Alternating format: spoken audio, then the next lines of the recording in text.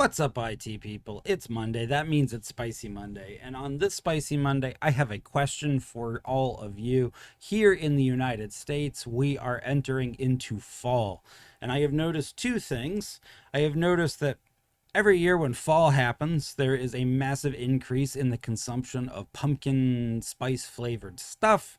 And there's a massive increase in the discussion of American football. Therefore, I have determined that pumpkin spice flavoring causes American football. What do you think? No? That's confusing causation with correlation, you're saying? Yeah. You're very smart, viewer. Guess what we're going to talk about today? So there's this general concept in learning that initially you probably are going to be exposed to a skill or a piece of information in the context of that piece of information, that skill being good or correct versus wrong or incorrect. They're working on changing the way kids learn that stuff, so that's hopefully not the way little kids are quite being presented with information anymore. In general, that's traditionally how we teach people stuff. In this space, very common, right, that you got into this because you're good at fixing computers, not because you're a great business person. And so a lot of your business person skill set has been other people telling you this is the right thing for a business owner to think, do, say, and you copy it. And because that's not incorrect, you then are somewhat successful, I hope, as a business owner. We see this all the time. And a good friend of mine, 𝘆𝐶𝑂𝗿, has called this general concept wearing your parents' clothes, in this idea that you don't maybe quite know how to dress yourself as an adult, so you say, well, they're an adult, let me put on their clothes. And of course that would look ridiculous if you put on your parents' clothes, because those are their clothes, not your clothes. Initially, when we learn, it's probably a good idea to look towards other things that are successful or best practice and more or less copy them. I had a talk a year ago with 𝘄𝗏 where he was basically saying like he doesn't think there's anything wrong with plagiarizing. It was kind of the same idea that if someone else has something that's successful, just go copy it. I'm a big fan of that. I'm not telling you not to do that. What I do want is we need to keep a certain amount of awareness when we do that, that in 𝘆_cc𝐿𝐿's words, we are wearing our parents' clothes, because eventually we start to look ridiculous if we keep wearing our parents' clothes and we don't learn how to dress ourselves. You know, eventually we start to look like Vincent Adult Man from 𝐵oJack Horseman, just basically 3 kids in a trench coat walking around like a man that no one can see. The viewer can tell is children, but no one in the universe can tell aren't children for a very, very concerning long time in the show. A lot of you have gotten to a point where by taking other people's processes, by taking other people's KPIs, metrics, and knowledge, methodologies for approaching how to business and how to MSP, not really understanding them and just kind of plugging them in, we end up in this place where we don't really know how it works. And the danger to that, the danger of not really knowing how it works, is what we talked about at the very beginning of this video. You start correlating nonsense, because you don't really understand that those correlations are nonsense.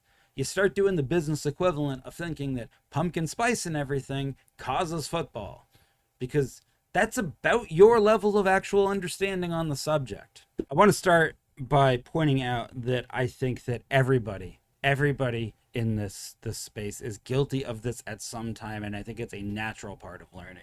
Way back when, I couldn't find my service manager ones, but I found my sales ones. Way back when I was in Taylor Business Group in this one's from 2015, and they made these really awesome workbooks, and it was basically like a guided workbook with suggested metrics, practices, things you could fill out that basically explained to you, in this case it was all sales leadership transformation, everything you needed to basically be successful. And I love materials like this, and I love that we do this in our industry. And so I don't think that's the problem.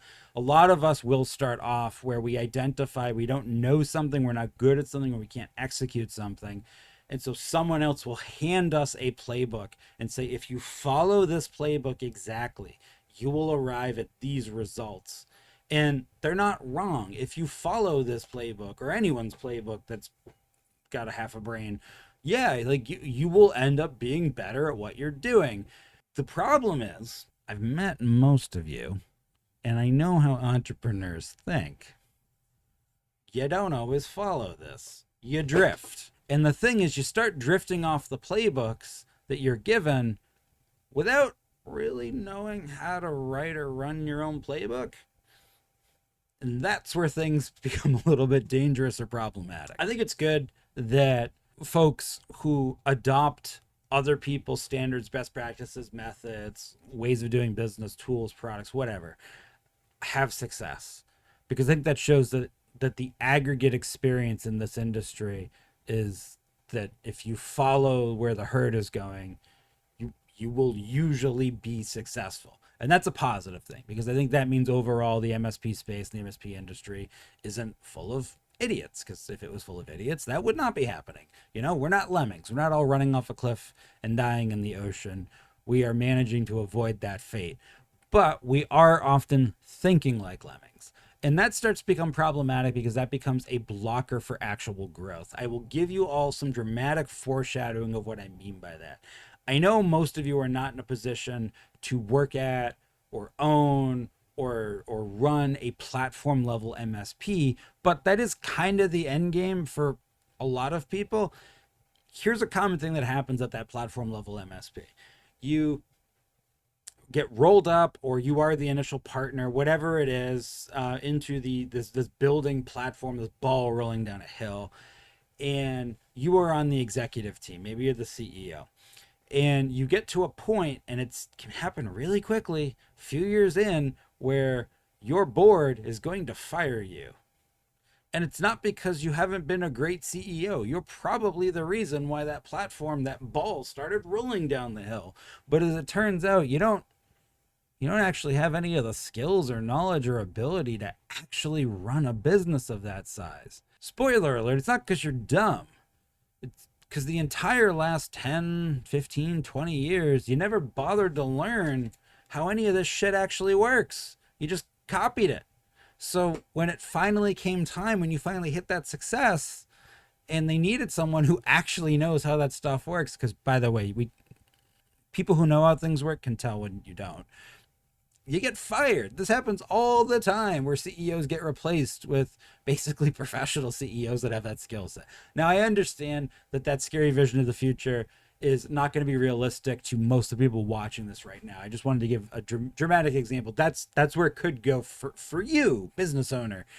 On the more strategic level and the more day-to-day level, just the thing is, you probably have been doing things a certain way because someone else either told you to do it that way, or you saw someone being successful doing it that way for a while. And have you taken a step back to actually learn the how and the why? And the thing is, I say this as a leading question because I don't think you have. Or you may have with some areas of your business, but not with all of it. Could you make me a discrete list of all the areas of your business that you fundamentally understand well enough to have an in-depth conversation on the mechanics of it versus those things you're just astroturfing through? I think some of you could do that, but a lot of you would struggle, because over time, as you drift from someone else's playbook, have some success, but are no longer able to actually articulate what it is that's making you successful, you fall into that causation versus correlation land, where you probably are doing the business equivalent of assuming that pumpkin spice causes football. And it doesn't. Pumpkin spice causes sadness and pain and suffering. Or happiness, I guess, if you like pumpkin spice.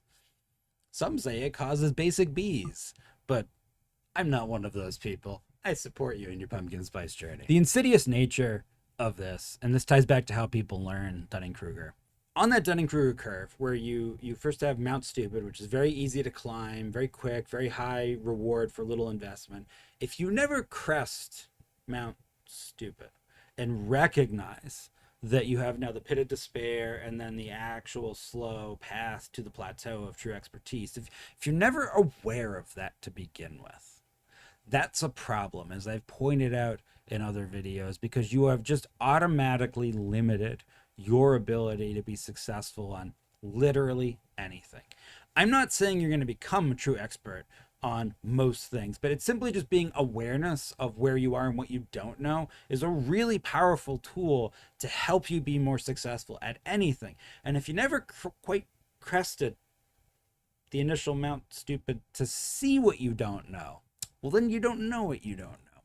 And that's where things like this are problematic, because if you learned by basically wearing your parents' clothes, by taking someone else's process or whatever and plopping it in without really understanding it, you're probably never gonna crest Mount Stupid, because I mean, why would you?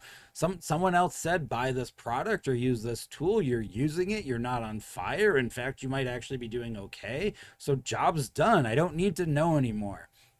And so that brings me to an interesting quick side tangent that this behavior often causes. You ever go on an online forum, Reddit's probably an easy one, but like an online forum, since most of you are technical business owners, for tech advice, and you ever see somebody post, we've talked about this in another video, somebody post a question in the form of they're trying to implement their own solution to a problem, and you look at their question statement and you just kind of chuckle, because you're thinking, wow, if they actually knew what they were doing, they never would have asked that.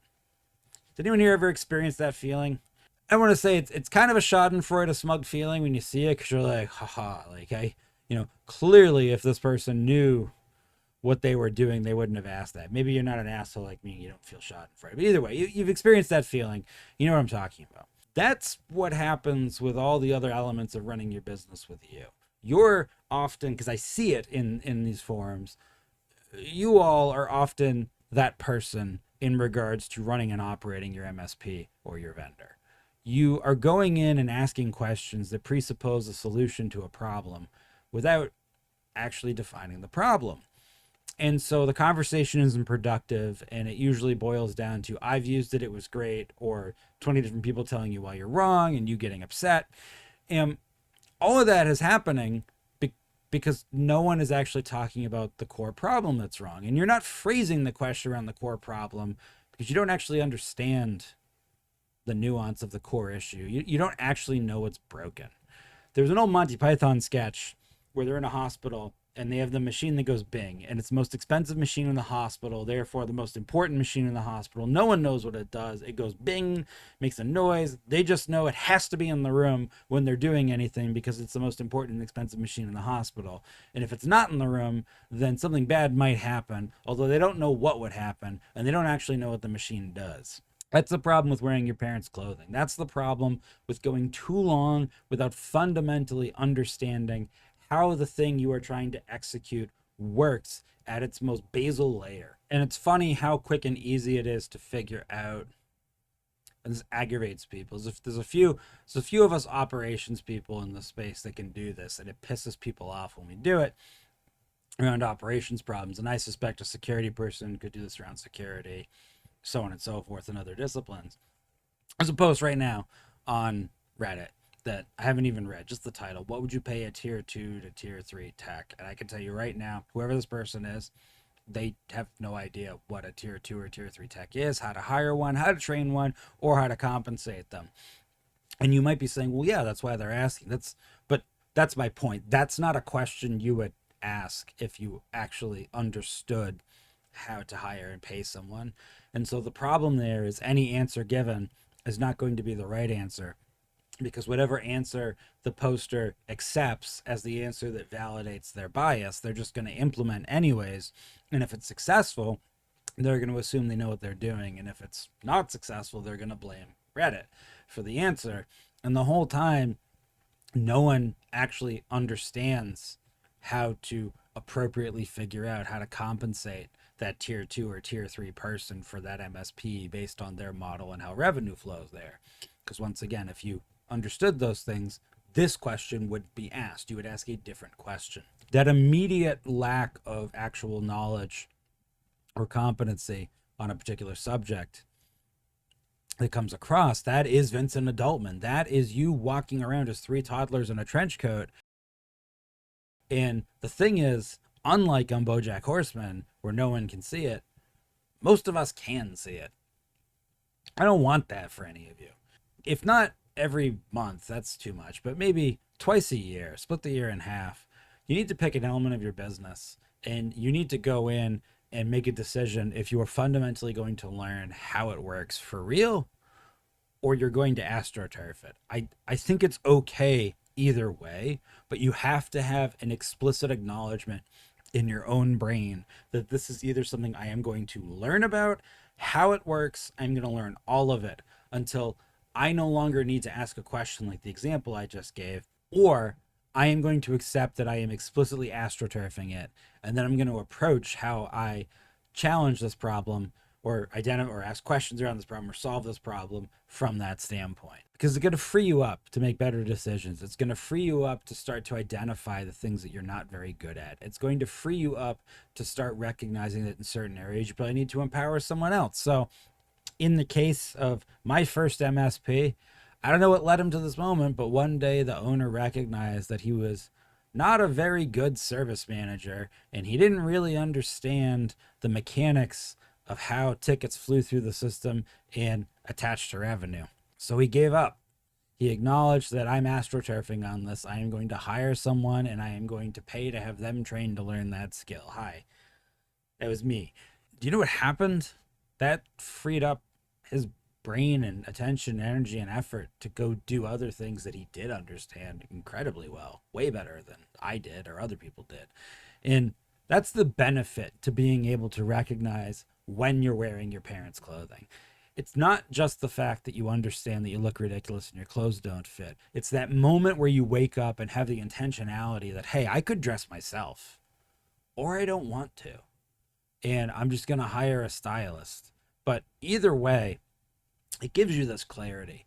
In so many of you that I meet, so many folks in this space who are running MSPs, VARs, vendors, you're wearing your parents' clothing, and I don't think you've realized it yet. You haven't had that moment where you recognize that you are not going to know everything, that the things you think you know, you probably don't really know them the way you think you know them. And the handful of things that you do really know, you're not leveraging that knowledge because you're wasting time basically pretending that you're an expert on other stuff because you've just simply put on, you know, dad's sport coat or mom's dress that doesn't fit and just gone, well, this is probably what an adult looks like.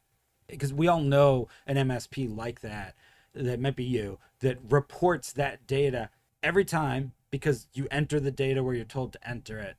And then you get a result and that result tells you good or bad.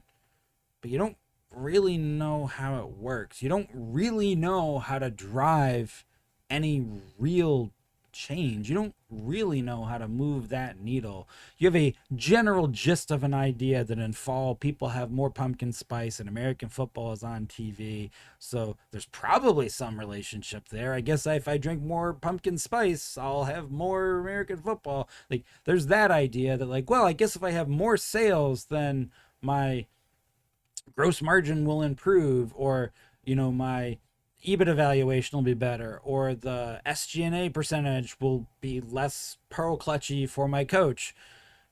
Yes, I guess that's true in the same sense that pumpkin spice and football both exist during fall, but once again, you're confusing causation with correlation. Why don't you stop doing that? Stop wearing your parents' clothes. Have a great Monday, everybody.